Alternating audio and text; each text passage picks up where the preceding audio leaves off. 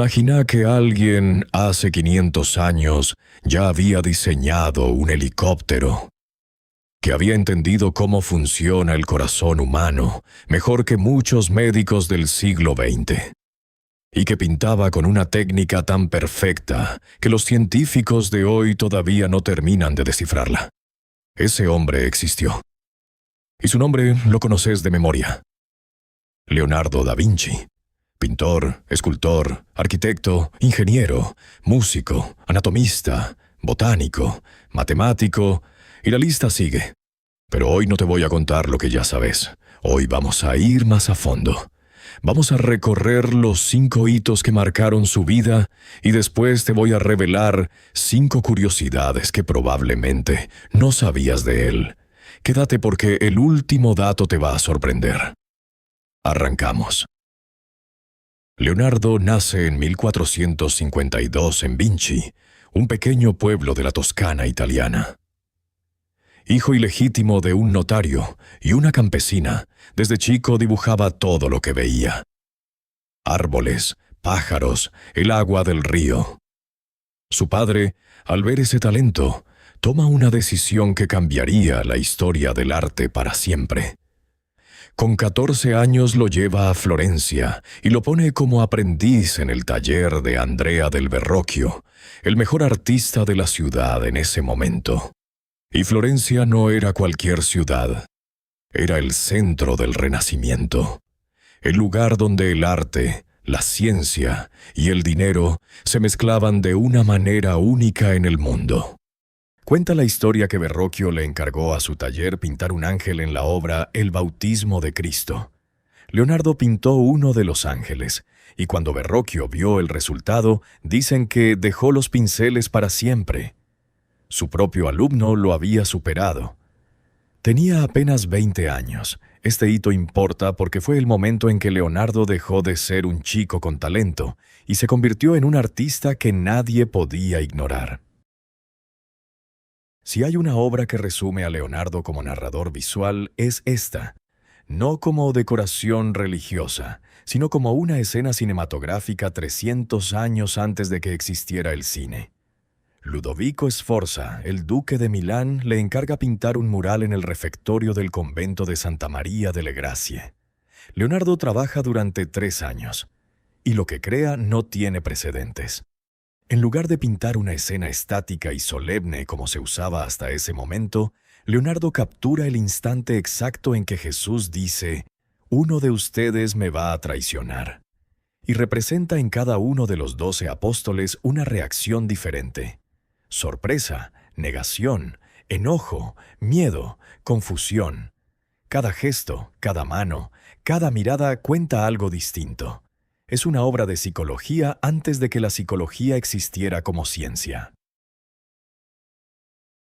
Acá es donde Leonardo te sorprende, porque no era solo un artista. En 1502 se pone al servicio de Cesare Borgia, uno de los hombres más poderosos y temidos de Italia, como arquitecto e ingeniero militar. Su trabajo era recorrer los territorios conquistados, levantar mapas, inspeccionar fortalezas y diseñar máquinas de guerra.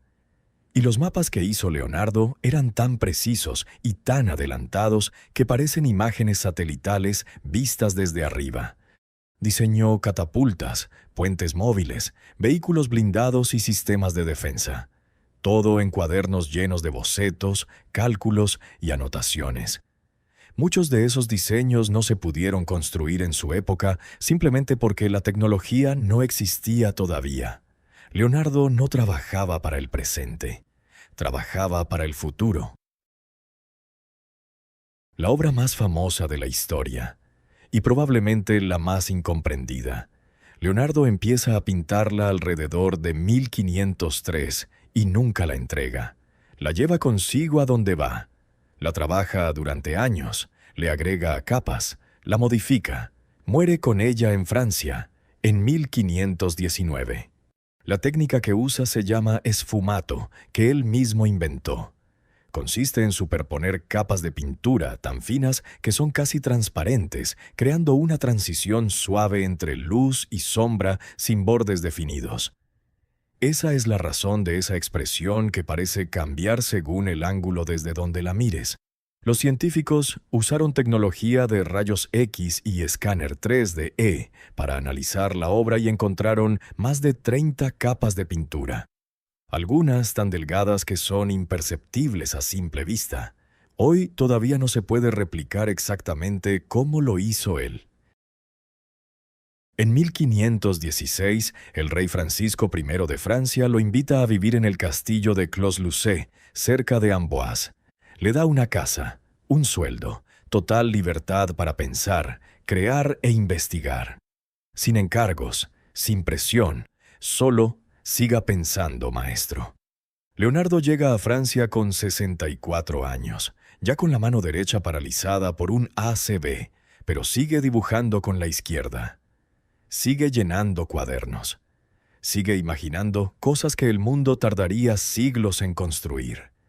Muere el 2 de mayo de 1519, a los 67 años. En sus manos, miles de páginas de anotaciones. El legado más grande que cualquier mente individual haya dejado al mundo. Y lo más increíble es que durante su vida mucha gente no lo tomó en serio.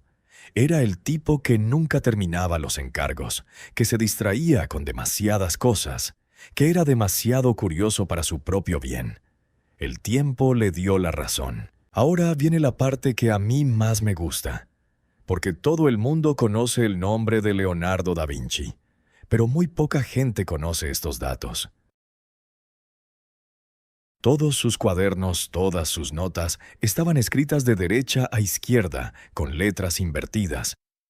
Para leerlas necesitas un espejo.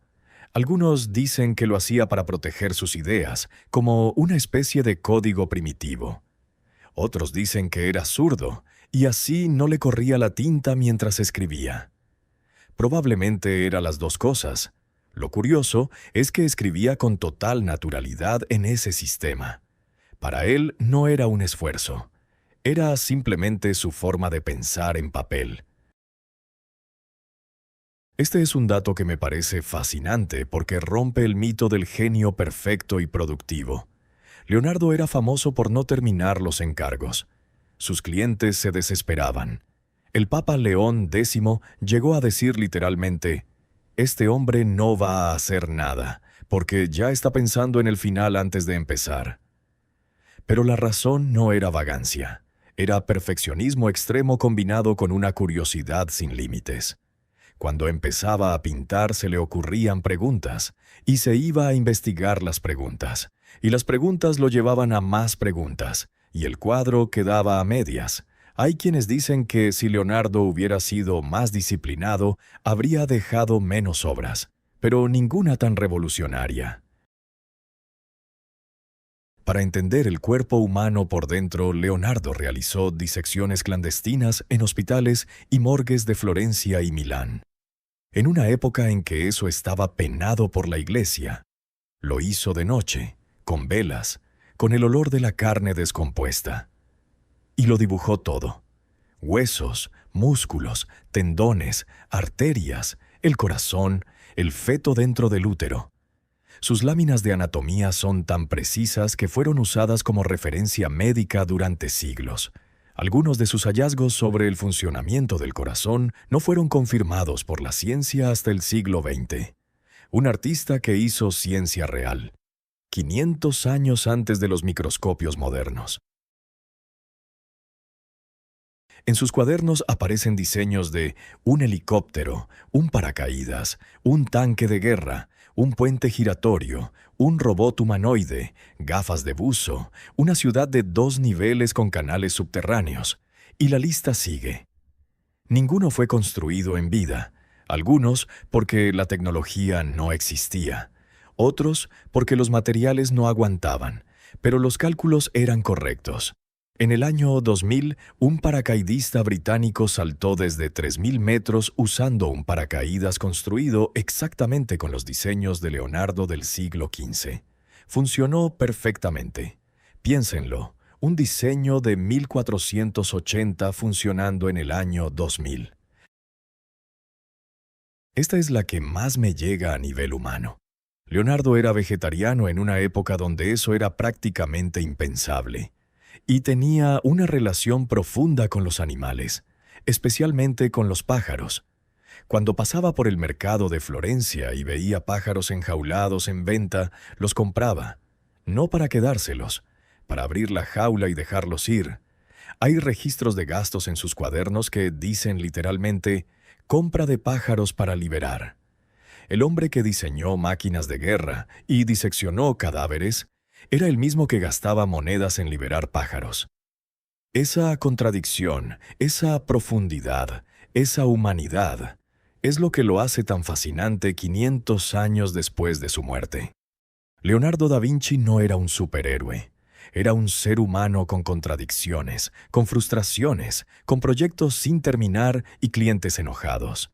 Pero tenía algo que muy pocos tienen: una curiosidad infinita. Y la valentía de seguirla sin importar a dónde lo llevara. No le interesaba encajar en una sola categoría. Era pintor y era ingeniero. Era artista y era científico. Era gentil con los pájaros y brutal en su análisis del cuerpo humano. Si me preguntan qué nos puede enseñar Leonardo hoy, yo les diría esto: no le tengan miedo a ser demasiado curiosos. No le tengan miedo a interesarse en demasiadas cosas. El mundo necesita gente que conecte puntos que nadie más ve. Si te volaste la cabeza con esto, déjame un comentario contándome cuál de los hitos o curiosidades te pegó más fuerte. Si querés que sigamos desarmando personajes así, suscríbete y compartí el video con alguien que necesite saber de Leonardo da Vinci. La próxima, otro grande. Nos vemos en el siguiente.